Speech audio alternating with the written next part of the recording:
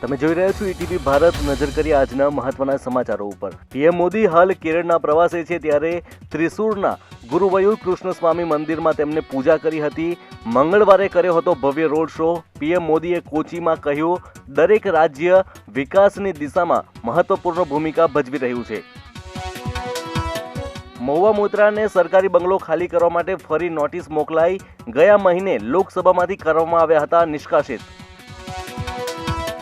કેન્દ્રીય નાગરિક અને ઉડ્ડયન પ્રધાન જ્યોતિરાદિત્ય સિંધિયાએ એર ઇન્ડિયા એક્સપ્રેસ ફ્લાઇટનું કર્યું લોકાર્પણ. અયોધ્યાને બેંગ્લોર અને કલકત્તાથી જોડશે. કચ્છની બોર્ડર પરથી બીએસએફના જવાનોએ પાકિસ્તાની ઘૂસણખોરને ઝડપી પાડ્યો. કોઈ શંકાસ્પદ વસ્તુ ન મળી આવી.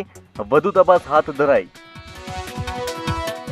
વડનગરમાં 2800 વર્ષ જૂની માનવ વસાહતના પુરાવા મળી આવ્યા. વર્ષ 2016થી વડનગર ખાતે ચાલી રહ્યું છે ખોદકામ અને સંશોધન. જૂનાગઢમાંથી વધુ એક નકલી પોલીસ ઓફિસર ઝડપાયો.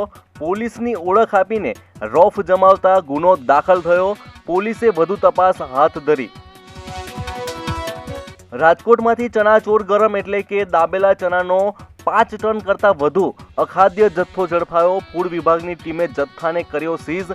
વધુ કાર્યવાહી હાથ ધરાઈ. રાજકોટ મહાનગરપાલિકા દ્વારા શહેરમાં રામ મંદિરની પ્રાણ પ્રતિષ્ઠાને લઈને લાઈવ સ્ક્રીનિંગ કરાશે.